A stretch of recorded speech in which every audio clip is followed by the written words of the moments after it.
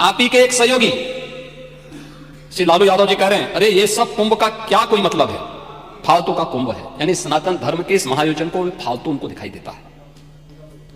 और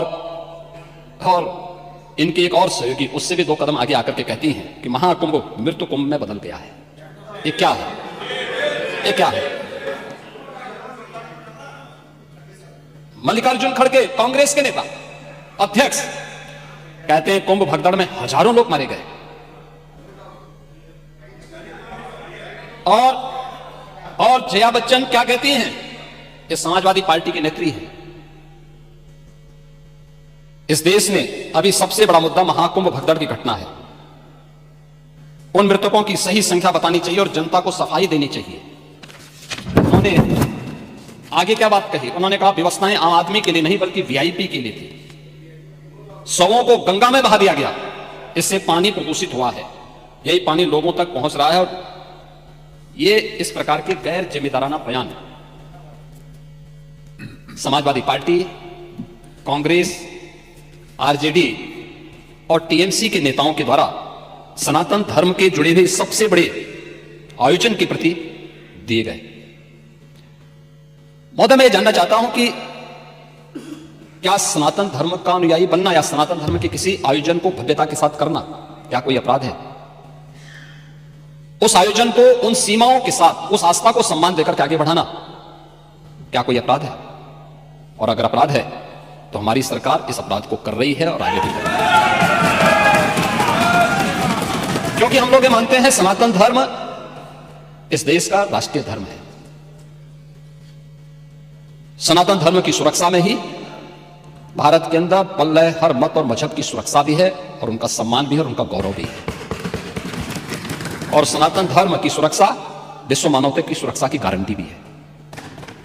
और उसके इतने बड़े आयोजन के साथ भेदभाव तो किसी के साथ नहीं हुआ। आप लोगों ने जो बात कही, हमें ये सब बुरा नहीं लगता। इसलिए नहीं क्योंकि हम जानते हैं आपकी प्रवृत्ति है, क्योंकि हम लोग इस बात को मानते हैं कि संक्रमित व्यक्ति का उपचार हो सकता है, संक्रमित सोच का उपचार नहीं हो सकता। उसका कोई उपचार नहीं, वो अपने आप ही उड़ता रहेगा। और इसलिए इस महान आयोजन को करने का अवसर हमारी सरकार को प्राप्त हुआ। और मेरा यह मानना है कि महान कार्य को 3 अवस्थाओं से गुजरना पड़ता है। याद रखना, उपहास से, विरोध से और अंततः स्वीकृति से। और स्वीकृति का इससे बड़ा प्रमाण क्या हो सकता है कि समाजवादी पार्टी के राष्ट्रीय अध्यक्ष भी जो शुरू से विरोध कर रहे थे अंततः चुपचाप जाकर के डुबकी लगाए। नेता प्रतिपक्ष भी हाँ, मैं अच्छी बात है, आपका अधिकार है, आपका अधिकार है ये। मैं तो आपको अधिकार दे रहा हूं। ओ, मैं ही कह रहा ना, नहीं 13 में आप नहीं जा पाए थे, क्योंकि 13 में जब आप जा रहे थे तब तक आपको फोन आ गया था, आप वापस हो गए, नहीं जा पाए थे। नहीं जा पाए, आप वापस आ गए थे। लेकिन इस बार आप गए थे, मुझे अच्छा लगा। आपने उत्तर प्रदेश सरकार की व्यवस्था की सराहना की और आपने मुझे प्रत्यक्ष नहीं लेकिन स्पीकर साहब को धन्यवाद दिया कि अच्छी व्यवस्था थी। और इसीलिए मैंने कहा ना, 3 अवस्थाएं उपहास की, जिसको आप शुरू से उड़ा रहे थे, कुछ नहीं कर पाए तो आपने विरोध करना शुरू किया। और विरोध करते करते आज मुझे अच्छा लगा कि आपने अपनी स्वीकृति भी दे दी कि हां अच्छा काम हुआ है, अच्छी व्यवस्था हुई है। ऐसे ही मोना जी ने भी किया। वो लोग विरोध कर रहे थे, फिर उन्होंने उसके बारे में तमाम प्रकार की बातें की। आज उन्होंने कहा कि इंफ्रास्ट्रक्चर का काम तो अच्छा हुआ। अच्छा, अच्छी बात है, क्योंकि काम हुआ है तो लोग बोलेंगे भी, क्योंकि लोग तो उन्हीं मार्गों से चल रहे हैं, सभी लोग चल रहे हैं। जब एक महाकुंभ का विरोध पहले दिन से कर रहे थे, महोदय मैं एक एक करके इनके बयानों को यहां पे उद्धृत करना चाहूंगा। और पिछले सदन में भी मैं याद दिलाना चाहूंगा, जब हम लोग यहां पे इसी सदन में आए थे तो महाकुंभ पे चर्चा, उस समय महाकुंभ की तैयारियां चल रही थी और चर्चा के लिए एक दिन निश्चित किया गया था। आप लोगों ने सदन नहीं चलने दिया था, सदन नहीं चलने दिया था। अच्छा होता महाकुंभ के पहले सदन में पूरे दिन भर की चर्चा होती, हम उस व्यवस्था के बारे में चर्चा करते, आपके अनुभव का लाभ लेते, लेकिन आपने चर्चा नहीं होने दी। लेकिन पहले दिन से यह चर्चा, पहले दिन से यह अफवाह और इस प्रकार का दुष्प्रचार आपके द्वारा निरंतर होता रहा।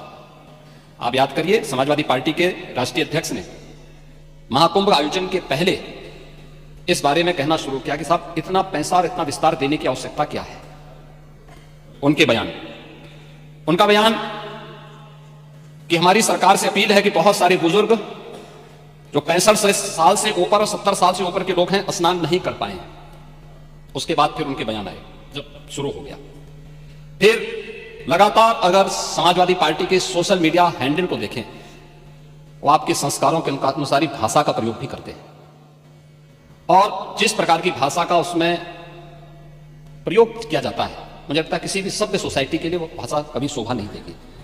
आप लोगों के अपने संस्कार हो सकते हैं, आप लोगों का अपना व्यवहार हो सकता है, लेकिन कोई सभ्य समाज और कोई सभ्य व्यवस्था सोसाइटी उसको कभी मान्यता नहीं दे सकती है। लेकिन उसके माध्यम से लगातार दुष्प्रचार किया गया। यही नहीं, यह भी मांग हुई। देखिए, आपकी पार्टी के ही नेता, आपके अध्यक्ष ने कहा कि हम मांग करते हैं कि अकबर का किला जो बिल्कुल संगम नोच पर वहां जो वट वृक्ष है उसकी पूजा करते हैं, सरस्वती नदी भी वहीं से निकलती है। आप देखिए, यानी अक्षय वट का नाम भी उनको नहीं मालूम।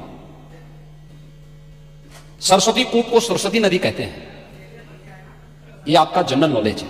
हम लोग जब यहां पर मान्यवर इस चर्चा में भाग ले रहे हैं, उस समय प्रयागराज में 56 करोड़ 25 लाख से अधिक श्रद्धालु मां गंगा, मां यमुना और मां सरस्वती की इस त्रिवेणी में आस्था की पावन डुबकी लगा चुके हैं। और जब हम सनातन धर्म के खिलाफ,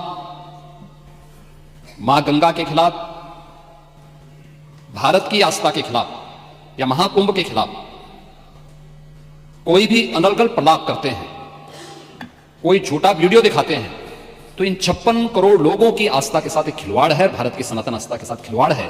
और मैं विनम्रता से कहूंगा कि आयोजन किसी पार्टी विशेष का नहीं था, किसी सरकार का नहीं था।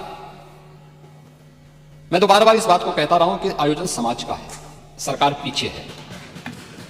सरकार सहयोग के लिए, अपने उत्तरदायित्वों का निर्वहन करने के लिए एक सेवक के रूप में हम लोग वहां पर हैं, और एक सेवक के रूप में अपने उत्तरदायित्वों का निर्वहन करने की हमारी जिम्मेदारी है। और उस निर्वहन के लिए हम लोग तत्परता के साथ अपनी जिम्मेदारियों का निर्वहन करेंगे, क्योंकि हमें अपनी जिम्मेदारियों का एहसास है। हमें भारत की सनातन परंपराओं के प्रति अगाध श्रद्धा का भाव है, और उन श्रद्धाओं को सम्मान देना वो हमारा दायित्व है। और ये हमारा सौभाग्य है कि सदी के इस महाकुंभ के साथ हमारी सरकार को जुड़ने का अवसर प्राप्त हुआ, और आयोजन के प्रति तमाम अफवाहों, तमाम प्रकार का दुष्प्रचार को दरकिनार करते हुए देश और दुनिया ने इस पूरे आयोजन के साथ सहभागी बनकर के इसे सफलता की एक नई ऊंचाई तक पहुंचाया है। मैं धन्यवाद दूंगा माननीय सदस्य श्री मनोज पांडे जी को, जिन्होंने उन अफवाहों की ओर ध्यान भी दिया, कि उल्लेख किया कि काहिरा का वीडियो लेकिन महाकुंभ के साथ जोड़ करके दुष्प्रचार किया जा रहा था, नेपाल का वीडियो महाकुंभ के साथ, झारखंड की किसी घटना को महाकुंभ के साथ, या देश के अंदर के किसी अन्य दुर्घटना को जूसी के साथ जोड़ करके दुष्प्रचार करके अफवाह फैलाने का जो कार्य हो रहा था, कौन लोग थे? और इसीलिए मैं कहना चाहूंगा कि बड़ा हसीन है इनकी जवान का जादू। लगा के आग बहारों की बात करते हैं, जिन्होंने रात में चुन चुन के बस्तियों को लूटा, वही नसीबों के मारों की बात करते हैं।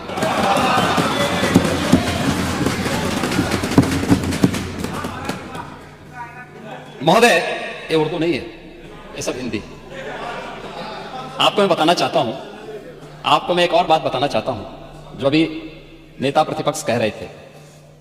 जब उत्तर प्रदेश की स्थानीय बोलियों को इस सदन में मैं तो मिला, तो उनके द्वारा कहा जा रहा था, उन्होंने विरोध किया था।